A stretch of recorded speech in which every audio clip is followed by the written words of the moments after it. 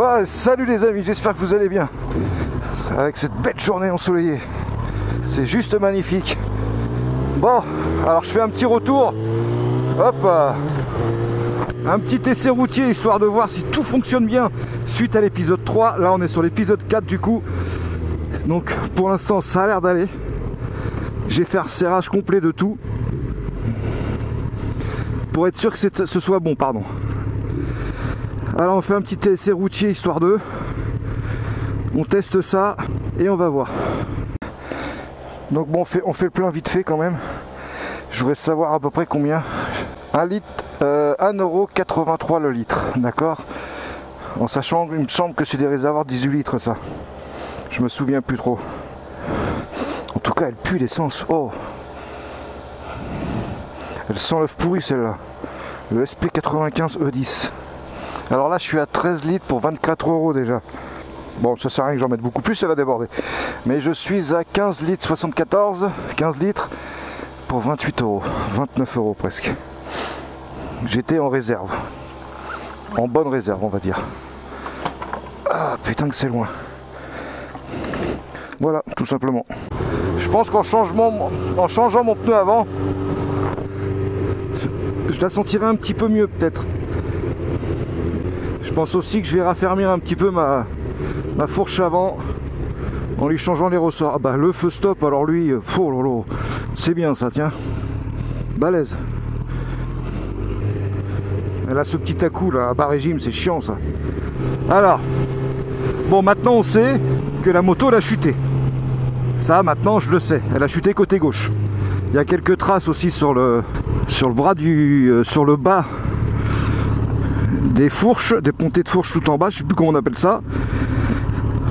En tout cas on sait qu'elle a chuté. Après est-ce qu'elle a chuté grave ou pas, ça j'en sais rien.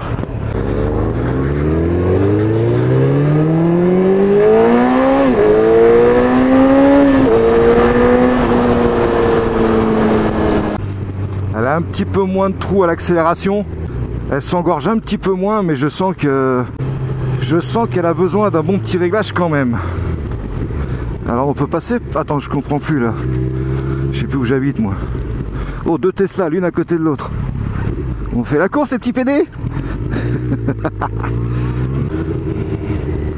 Bon, bah dans l'ensemble ça a l'air d'aller. Hein. C'est normal, Luc, c'est normal. Bon, écoute, je sais pas. Bon, bah nous on va s'arrêter. Hein. Et puis bah écoutez, ça va être bon. Hein. On va pouvoir commencer le démontage. Petit à petit, l'oiseau fait son nid, comme on dit. Donc la révision finie, torché. J'ai remis un bon coup de serrage sur l'avant. Histoire de, bon ça allait. Donc du coup il va falloir tout démonter maintenant. On va bientôt passer au démontage. On va passer à la phase cruciale de la moto. Le démontage complet. Avant je vais quand même l'emmener chez Suzuki. Qu'on puisse au moins bien la régler.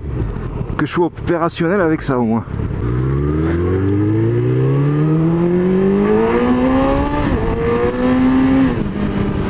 Ouais. En tout cas, c'est super agréable de rouler avec un Hayabusa. Seuls les propriétaires d'Hayabusa peuvent comprendre ce que je ressens là tout de suite maintenant. Vraiment. C'est juste incroyable. C'est vraiment la moto quoi. Ça c'était encore à l'époque où Suzuki faisait des vraies motos. Savait faire de vraies motos, pardon. En matière de sportivité chez Suzuki, c'est dommage qu'il n'y ait plus grand chose. C'est vraiment dommage. C'est tellement agréable. On a l'impression d'être sur un canapé et de se laisser aller en fait. C'est impressionnant. Alors je vous rappelle que c'est un projet que j'ai en tête. Ça fait maintenant quelques années que j'y pense. Aujourd'hui j'ai envie de franchir le pas. Donc c'est de mettre un turbo sur cette moto avec une peinture perso pour pouvoir faire des championnats de France, championnats du monde éventuellement et faire quelques représentations avec la moto. Voilà, tout simplement. Donc pour le turbo, je ne sais pas si c'est moi qui vais le faire ou si je vais le faire faire. Parce que je vais pas vous cacher, j'ai pas vraiment les outils adéquats. Et c'est surtout la place, l'emplacement que j'ai pas. Parce que j'ai un box mais sans éclairage. Donc ça c'est un petit peu galère. Il n'y a pas d'électricité dedans. Donc c'est un peu galère. On va voir. De toute façon, vous le saurez. Par contre pour le pot, le bruit là, c'est vrai que ça me casse un petit peu. Alors c'est agréable, c'est ça qui est bon justement sous les ponts, c'est très agréable. J'adore, hein, c'est jouissif, hein, un truc de fou. Mais ça quelque part ça casse un peu les oreilles, hein, je vais pas vous mentir. Et puis alors si je veux passer inaperçu, c'est pas la peine. Hein. Là c'est vraiment pas la peine après. Hein. Donc j'aimerais trouver une petite chicane. Mais j'ai pas trouvé encore, il faut que je continue mes recherches sur internet. Parce que j'ai pas encore trouvé. Alors du coup je suis à combien? C'est à 50 ici ou c'est 60? Oh, c'est 50 je pense. Tu vois, il y a un petit temps d'accel. Il a besoin d'un bon petit réglage. Oh là là, c'est ça qui est trop. C'est vraiment un truc de fou quand même. Ça, je suis à deux doigts de la laisser comme ça. Non, non, non. Dans la région parisienne, le problème c'est qu'on est vite repéré par la police. Donc il faut absolument que je trouve une chicane avant de me faire arrêter, d'en prendre plein la gueule à chaque fois. C'est bien, c'est le cycliste qui m'ouvre la route. Oh pardon, excuse-moi. Oh putain. Bon, s'il me court après. Il y a des petits traits là, c'est là qu'il faut s'arrêter les gens. Elle a l'air d'aller droite en plus là, c'est parfait. Parce que j'ai redressé, ah oui, j'ai redressé un petit peu le guidon. Il était légèrement à droite. Alors je sais pas si on le voit là. Ça va un petit peu mieux. J'ai l'impression. Alors je l'ai fait à l'ancienne. Tous ceux qui ont redressé une potence de vélo à l'époque s'en rappellent. Bon bah la moto j'ai fait la même. Hein. La roue avant entre les deux jambes. J'ai desserré tous les boulons qui tenaient la fourche. Ainsi que le T de fourche supérieur et inférieur.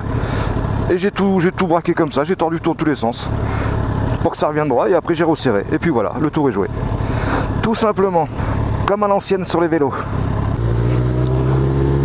Bon bah les amis, ce fut un plaisir.